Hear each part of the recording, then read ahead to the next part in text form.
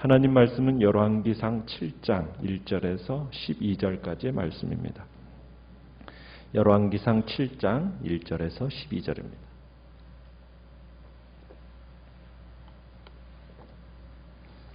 열왕기상 7장 1절입니다. 솔로몬이 자기의 왕궁을 13년 동안 건축하여 그 전부를 준공하니라.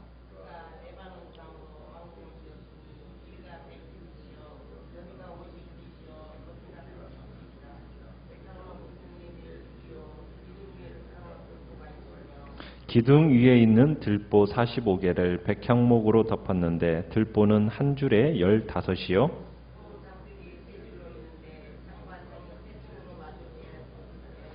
모든 문과 문설주를 다 큰 나무로 네모지게 만들었는데 창과 창이 세 층으로 서로 마주 대하였으며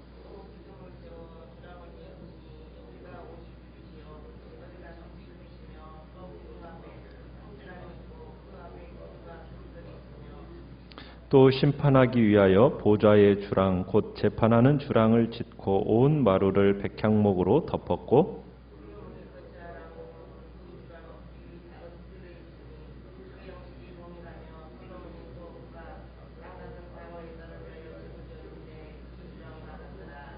이 집들은 안팎을 모두 귀하고 다듬은 돌로 지었으니 크기대로 톱으로 켠 것이라. 그 초석에서 처마까지와 위면에서 큰 뜰에 이르기까지 다 그러하니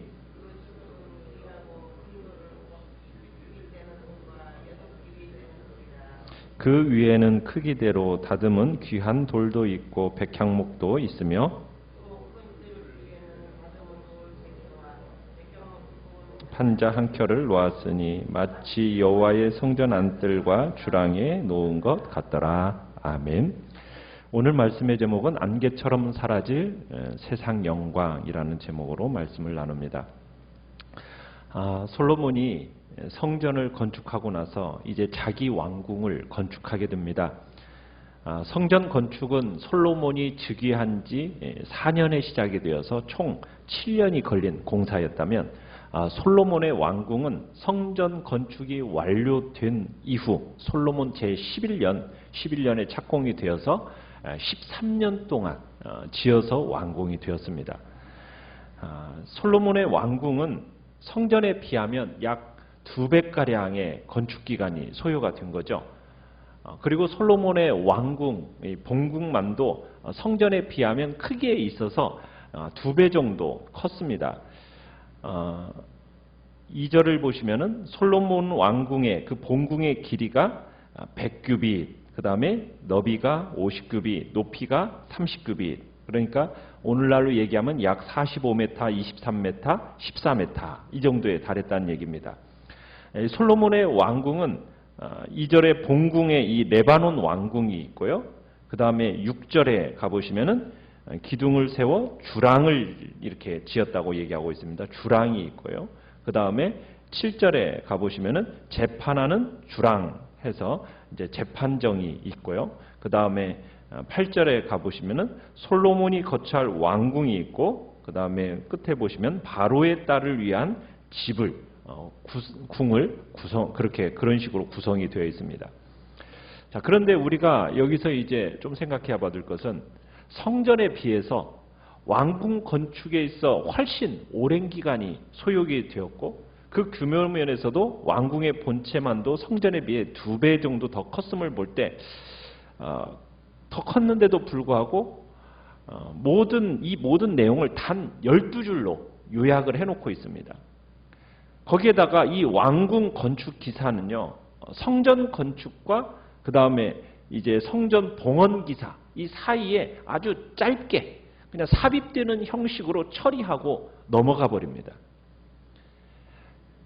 여기서 바로 성경은 이스라엘 역사를 기록하고 있다는 점에서 어떤 일면 역사책 같기는 한데, 그런데 단순히 한 나라의 역사를 기록한 것이 아니라는 것, 그런 목적으로 쓰인 것이 아니라는 것을 우리에게 보여주고 있는 겁니다. 만약 성경이 이스라엘의 역사를 기록한 책이라면 아마 성전 건축보다도 솔로몬의 그 왕궁 건축에다 더 폭넓고 상세한 기록을 했을 겁니다. 이스라엘의 왕궁이 지금 어떻게 보면은 더 세상적으로는 크고 더 많은 기록을 남길 것 같은데 성경은 그런 것을 다루는 책이 아니라는 거죠. 성경은 뭐냐? 단순히 한 나라의 역사 기록이 아닙니다. 성경은 하나님의 구속사를 기록하고 있는 거예요. 따라서 이스라엘의 왕궁이 우주적 왕이신 하나님의 임재, 상징적인 처소인 성전에 부속되는 것으로 지금 간주하고 있는 거예요. 그래서 그에 대한 기사를 성전 건축과 기구 제작, 봉헌 기사 이런 사이에다 그냥 간략하게 삽입 형식으로 지금 간략하게 기록해 놓고 있다는 겁니다. 우리는 이 사실을 통해서 한 가지 영적 중요한 진리를 발견하게 됩니다. 그것은 우리의 삶은 양에 의해서 평가되는 게 아니라 그 삶의 질로 평가된다는 얘기입니다.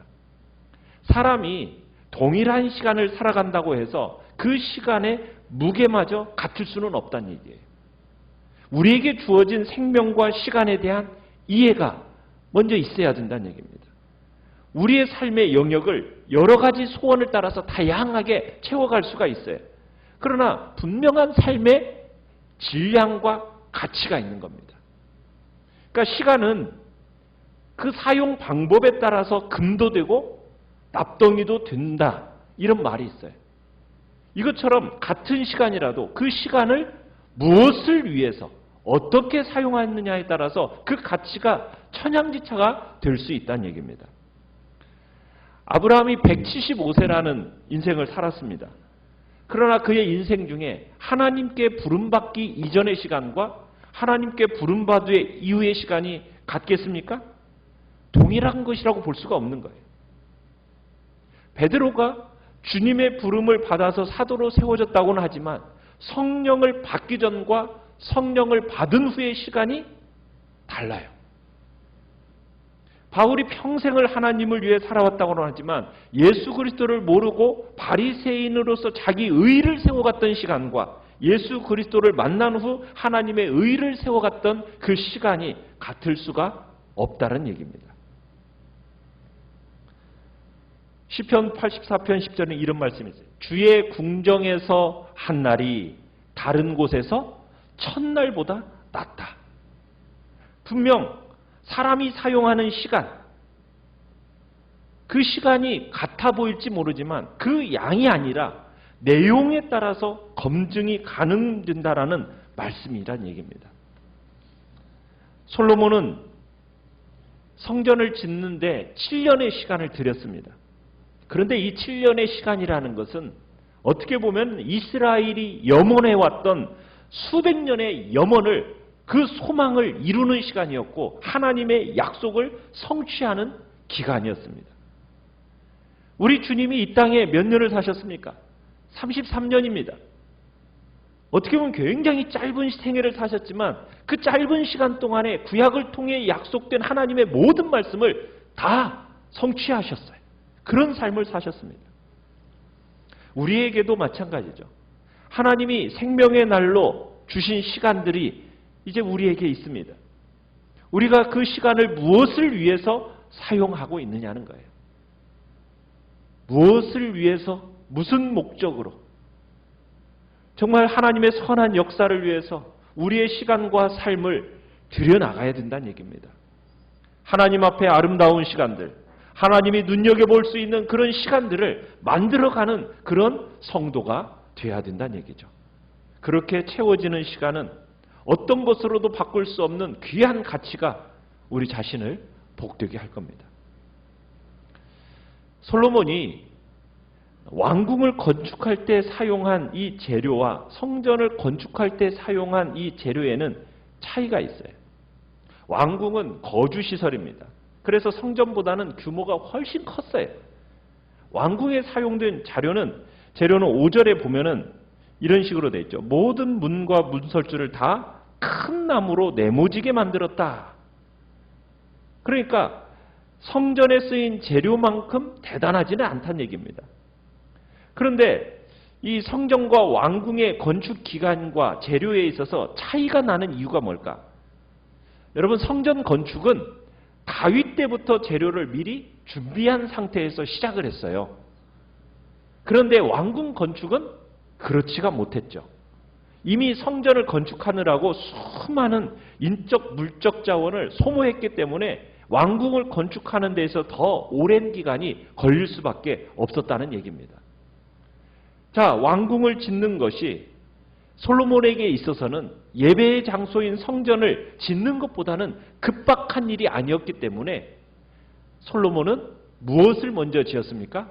성전을 먼저 짓고 그 성전을 짓는데 온 힘과 온 마음을 다 들였다는 얘기입니다.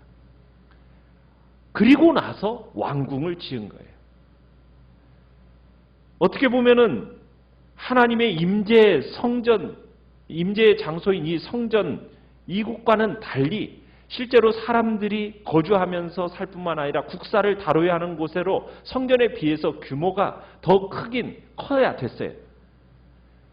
그런데 만약 솔로몬이 성전도 지으면서 이 왕궁도 함께 짓는다고 하면서 급박하게 시도를 했더라면 어떻게 되었겠습니까? 아마 백성들은 더 큰 부담을 느꼈을 것이고, 그리고 성전을 짓는 데 있어서도 마음을 충분히 들이지 못하고 소홀함이 생길 수밖에 없었을 겁니다. 그런데 솔로몬은 지혜롭게 더 중요한 일이 뭐고 더 급한 일이 뭐고 그렇지 않는 일, 또 그것을 정확하게 구분하면서 중요하고 급한 일, 이것부터 힘을 다해서 이루었다라는 것을 우리가 볼 수 있는 겁니다. 더 급한 일과 그렇지 않은 일, 더 중요한 일과 덜 중요한 일, 이것을 정확하게 분별하고 그렇게 시간과 노력을 아끼고 지혜롭게 살아가야 됨을 우리에게 권면하고 있는 겁니다. 지혜롭고 온전한 삶을 살기 위해서는 우선순위를 세워야 할 이유가 여기에 있는 겁니다. 개인의 삶에도 그렇고 공동체의 삶에도 그렇고 삶의 목표를 이루는 데 있어서 우선순위가 필수적이란 얘기입니다. 우리의 삶에 여러 딜레마들이 있습니다. 온갖 딜레마들을 만나게 됩니다. 참 시간도 부족하고 물질도 부족하고, 그런데 이것이 중요한 게 아니라 우리의 삶에 항상 시간과 물질은 부족해요. 그러면은 그 시간과 물질을 어떻게 사용하느냐? 우선순위를 잘 선택하면서 사용해야 된다는 얘기입니다. 잘못 선택하면은 우리의 삶에 온갖 어떻게 보면 딜레마에 빠질 수밖에 없다는 얘기죠. 성경에서는 아무리 급한 일이고 아무리 하고 싶은 일이라 할지라도 더 중요한 것이 무엇인지를 선택하라는 얘기를 하고 있습니다. 그리고 그걸 먼저 실행하라고 가르치고 있는 거죠.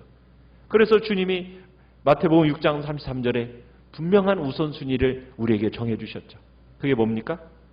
너희는 먼저 그의 나라와 그의 의를 구하라. 그리하면 이 모든 것을 너희에게 더하시리라. 우리의 삶의 목표를 어디에 세워야 되는가? 우리의 우선순위를 어디에 두어야 되는가? 우리에게 분명하게 가르쳐 주시고 있는 말씀이란 얘기입니다. 먼저 무엇을 구해야 됩니까? 하나님의 나라와 하나님의 의를 구하는 겁니다. 우선순위를 잘못 선택하면 삶의 목표에서 멀어지게 됩니다. 만약 더 중요한 것을 제쳐놓고 덜 중요한 것에 마음을 두고 살아간다면 더 근본적이고 절실한 일을 포기한 격이 돼버리는 겁니다. 우리가 구해야 하고 우리가 취해야 할 삶의 목표, 우선순위 어디에 두고 살아가고 있나요? 세상에 없어질 재물과 허탄한 세상의 영광, 그것을 위해서 사는 자는 본래의 삶의 목표에서 멀어진 자들입니다. 그런 사람은 결국 모든 것이 불타 없어질 그날에 자기가 구했던 모든 것과 함께 심판을 받게 될 것입니다. 그러나 모든 일에 있어서 하나님의 나라와 하나님의 의를 구하는 사람은 신실한 그 하나님을 통해서 구한 것만이 아니라 하나님께서 구하지 않은 모든 것까지도 공급하시는 그런 놀라운 축복을 누리게 될 거라고 성경은 우리에게 가르치고 있는 것입니다. 우리는 솔로몬 왕궁이 정말 그 시대에 있어서 화려하고 크게 지어졌어요. 그런데 예수님이 솔로몬의 영광이 들의 백합화보다도 못하다라고 주님께서 말씀을 하셔요. 솔로몬의 영광이라는 것이. 결국 이 땅에 관심을 갖는 것만큼 이 땅의 것에 마음을 쏟는 것은 세상에 어떻게 보면은 들에 피어난 백합화만큼의 영광도 되지 않는다라고 우리에게 보여주고 계시는 거죠. 한순간에 사라질 땅의 것을 움켜쥐느라고 썩지 않을 그 하늘의 영광을 버리는 어리석은 일이 우리 안에 없어야 될 것입니다. 오늘 주님 앞에서 살아감에 있어 썩어질 세상의 영광에 집착하지 않고 썩지 않을 하나님의 영광을 위해 살아가겠다고 다시 한번 주님 앞에 결단하며 이 시간 나아가시길 바랍니다. 말씀